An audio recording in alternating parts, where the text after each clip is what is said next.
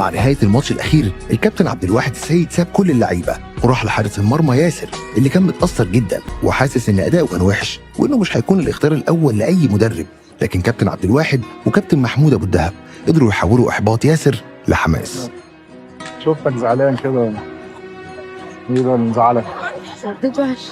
ايه؟ اديت وحش. ايه المشكلة؟ احنا اخترناك مرة واثنين وثلاثة. النهارده لما تبقى انت مش كويس عادي، احنا كلنا مرينا بالمرحلة دي. ولا يا كابتن ابو الدهب؟ بص عايز اقول لك على حاجه. يمكن انا استاذنت الكابتن ابو واحد وانت هتلعب معاه البطوله وانت اللي هتكسبها لي.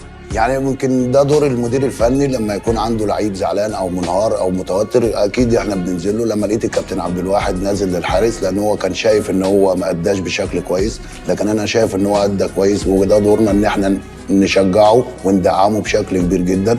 عبد الواحد لما نزل لي قال لي انت جون كبير وما تتأثرش، عادي لو انت لعبت النهارده وحش بكره تعوض، وانت ليك كذا فرصه مش فرصه واحده.